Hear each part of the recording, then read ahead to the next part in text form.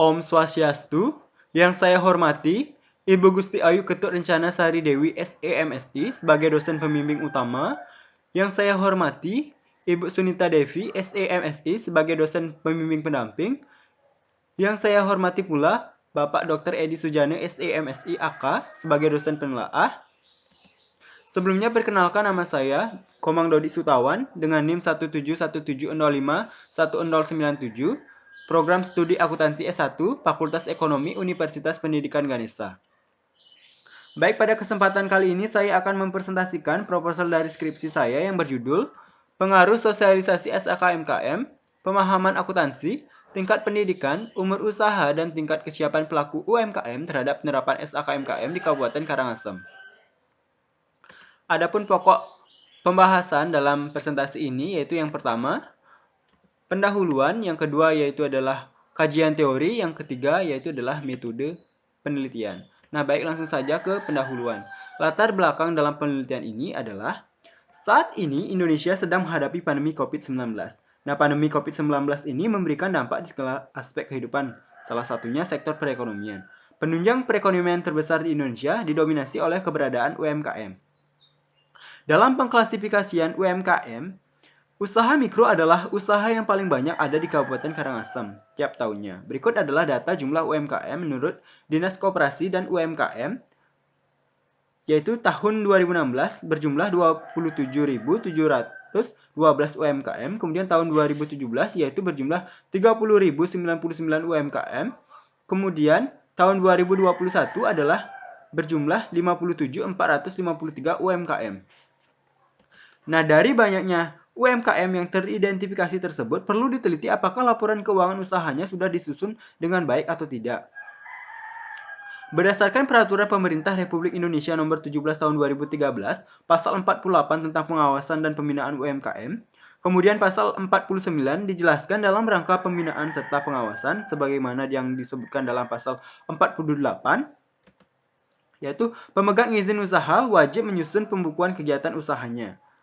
Nah, berdasarkan hasil survei dan wawancara yang dilakukan oleh peneliti di beberapa UMKM di Kecamatan Bebandem dan penelitian yang dilakukan oleh Trisna Dewi 2019 pada UMKM Tunjung Biru, yaitu pencatatan keuangan UMKM masih sangat sederhana, hanya mencatat jumlah barang yang dibeli dan dikeluarkan, kemudian harga jual barang tersebut dikurangi dengan harga beli sehingga memperoleh laba, serta tidak adanya pemisahan antara keuangan pribadi dengan keuangan usaha.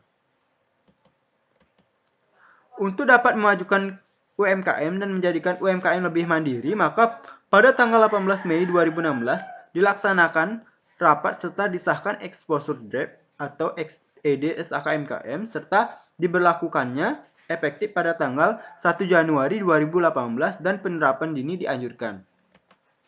Namun isunya, pelaku UMKM enggan atau tidak mau menerapkan SAKMKM karena dianggap rumit dan mereka berasumsi bahwa tidak mau dijadikan sebagai objek pajak atau usahanya tidak mau terpotong oleh pajak. Selain itu, tingkat pendidikan yang beragam seperti SD, SMP, SMA menyebabkan sulit pelaku UMKM menggunakan teknologi komputerisasi yang berkembang saat ini dan sosialisasi dari Dinas Koperasi dan UMKM tidak ada sama sekali. Selain itu, keterbatasan modal menjadi kendala jika pelaku UMKM memakai tenaga kerja ahli akuntansi. Padahal SAKMKM ini memberikan banyak manfaat, salah satunya yaitu mengetahui informasi keuangan yang lebih akurat dan mempermudah memperoleh pendanaan dari bank maupun lembaga keuangan lainnya dan subsidi dari pemerintah seperti pada COVID-19 ini yaitu BPUM. Selanjutnya, identifikasi masalah. Identifikasi masalah yang pertama yaitu adanya isu bahwa pelaku UMKM tidak mau menjadi objek pajak atau wajib pajak, membuat UMKM melakukan pencatatan versi mereka sendiri sehingga akses pendanaan dari bank menjadi sulit. Yang kedua yaitu tingkat pendidikan yang beragam menjadi salah satu kendala dalam penerapan SAKMKM dan tidak bisa menggunakan teknologi komputerisasi yang berkembang saat ini. Yang ketiga yaitu pencatatan laporan keuangan UMKM masih sangat sederhana dan tidak adanya pemisahan antara keuangan pribadi dengan keuangan usaha. Nah, yang keempat yaitu tidak adanya sosialisasi membuat pelaku UMKM tidak mengetahui tentang SKKMKM. Padahal ada beberapa UMKM yang membuat pencatatan sesuai dengan SKKMKM, tetapi dia tidak mengetahui kalau dia menerapkan SKKMKM. Nah, kemudian yang kelima yaitu keterbatasan modal menjadi masalah utama dalam pengembangan usaha. Selanjutnya yaitu pembatasan masalah. Berdasarkan identifikasi masalah tersebut, maka peneliti memfokuskan pembatasan masalah pada variabel-variabel penelitian, yaitu sosialisasi SKKMKM, pemahaman akuntansi, tingkat pendidikan, umur usaha, dan tingkat kesiapan pelaku UMKM. Adapun rumusan masalah dalam penelitian ini yaitu yang pertama, apakah sosialisasi SKKMKM berpengaruh positif terhadap penerapan SKKMKM di Kabupaten Karangasem? Yang kedua yaitu apakah pemahaman akuntansi berpengaruh positif terhadap penerapan SKKMKM di Kabupaten Karangasem? Yang ketiga yaitu apakah tingkat pendidikan berpengaruh positif terhadap penerapan SKKMKM di Kabupaten Karangasem? Yang keempat yaitu adalah apakah umur usaha berpengaruh positif terhadap penerapan SKKMKM di Kabupaten Karangasem? Yang kelima yaitu apakah tingkat kesiapan pelaku UMKM berpengaruh positif terhadap penerapan SKKMKM di Kabupaten Karangasem? Nah, untuk selanjutnya yaitu tujuan penelitian. Yang pertama yaitu untuk mengetahui pengaruh sosialisasi SKKMKM terhadap penerapan SKKMKM di Kabupaten Karangasem. Yang kedua yaitu untuk mengetahui pengaruh pemahaman akuntansi terhadap penerapan SKKMKM di Kabupaten Karangasem. Yang ketiga yaitu untuk mengetahui pengaruh tingkat pendidikan terhadap penerapan SKKMKM di Kabupaten Karangasem. Yang keempat yaitu untuk mengetahui pengaruh umur usaha terhadap penerapan SKKMKM di Kabupaten Karangasem. Dan yang kelima yaitu untuk mengetahui pengaruh tingkat kesiapan pelaku UMKM terhadap penerapan SKKMKM di Kabupaten Karangasem.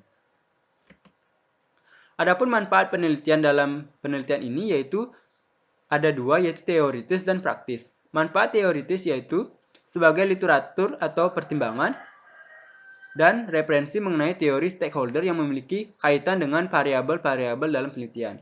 Kemudian manfaat praktis yaitu bagi peneliti kesempatan penulis untuk menerapkan pengetahuan. Kemudian bagi UMKM yaitu sebagai bahan pertimbangan untuk memperbaiki kinerja, dan Undiksa sebagai referensi untuk penelitian selanjutnya dan tambahan pengetahuan terkait UMKM. Baik, untuk pokok bahasan kedua yaitu kajian teori. Grand teori dalam penelitian ini adalah teori stakeholder. Istilah stakeholder pertama kali dikenalkan oleh Stanford Research Institute atau SRI, yaitu to grow we thought we should support the organization world case to exist. Artinya dari pemikiran tersebut yaitu mengarah pada keberadaan suatu entitas sangat dipengaruhi oleh dukungan kelompok-kelompok yang memiliki hubungan dengan entitas tersebut. Freeman dan Reed tahun 1983. Keberadaan stakeholder sangat penting bagi UMKM karena dalam melakukan akses permodalan ke suatu bank perlu adanya laporan keuangan yang akurat dan berkualitas. Untuk dapat menyajikan laporan keuangan yang berkualitas, perlu adanya pemahaman akuntansi, tingkat pendidikan yang tinggi, dan perlu adanya sosialisasi dari Dinas Koperasi dan UMKM agar mengetahui kebijakan-kebijakan terupdate. Kemudian untuk secondary teorinya yaitu UMKM, yaitu usaha produk milik perorangan yang memiliki kriteria sesuai dengan Undang-Undang Nomor 20 Tahun 2008. Kemudian SKKMKM, yaitu standar akuntansi keuangan yang mengatur tentang pelaporan keuangan UMKM. Dan yang ketiga yaitu laporan keuangan SKKMKM, laporan posisi keuangan, laba rugi, dan catatan atas laporan keuangan.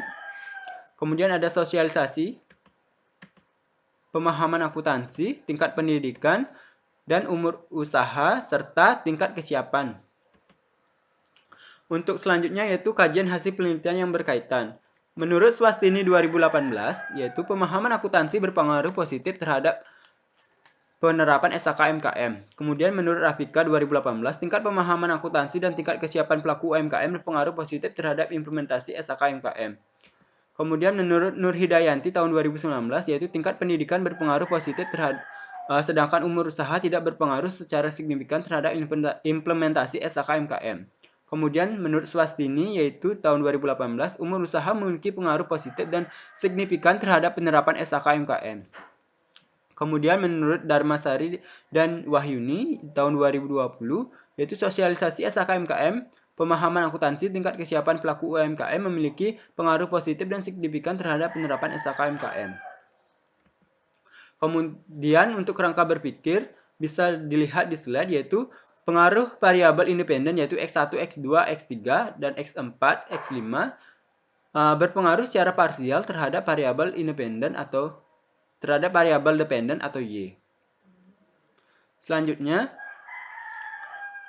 diperoleh hipotesis penelitian, yaitu yang pertama, hipotesis pertama, sosialisasi SKMKM berpengaruh positif dan signifikan terhadap penerapan SKMKM. Yang kedua, yaitu pemahaman akuntansi berpengaruh positif dan signifikan terhadap penerapan SKMKM. Kemudian H3, yaitu tingkat pendidikan berpengaruh positif dan signifikan terhadap penerapan SKMKM. Yang keempat, yaitu umur usaha berpengaruh positif dan signifikan terhadap penerapan SKMKM. Yang kelima, yaitu tingkat kesiapan pelaku UMKM berpengaruh positif dan signifikan terhadap penerapan SKMKM. Baik, selanjutnya yaitu pokok pembahasan yang ketiga, metode penelitian. Tempat dan waktu penelitian. Penelitian ini dilakukan di Kabupaten Karangasem, yaitu pada UMKM yang terdaftar di Dinas Koperasi dan UMKM Kabupaten Karangasem yang dengan jangka waktu penelitian yaitu pada bulan Januari sampai dengan bulan Mei 2021. Adapun jenis dan sumber data, jenis data yaitu berupa data kuantitatif dengan sumber data yaitu data primer dan sekunder.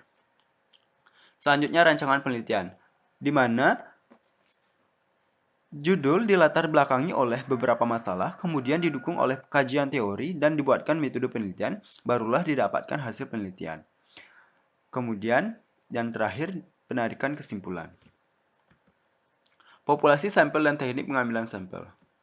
Dalam penelitian ini yang menjadi populasi adalah seluruh UMKM yang terdaftar di Dinas Koperasi dan UMKM Kabupaten Karangasem pada bulan Februari 2021 sehingga populasi dalam penelitian ini berjumlah 57.453 UMKM.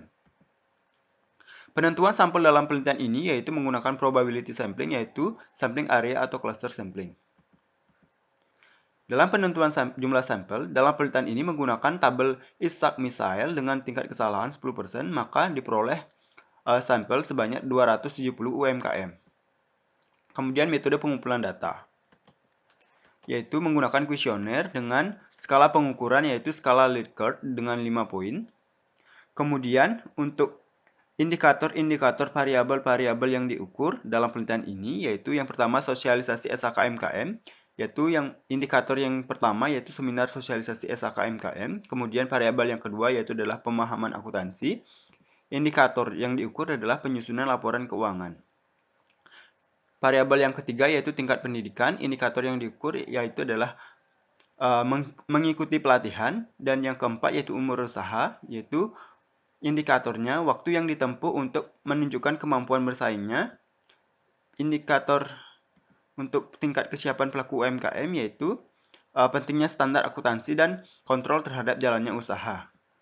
Kemudian teknik analisis data, ada yang pertama uji kualitas data, yang kedua yaitu adalah uji asumsi klasik, dan yang ketiga yaitu adalah uji hipotesis.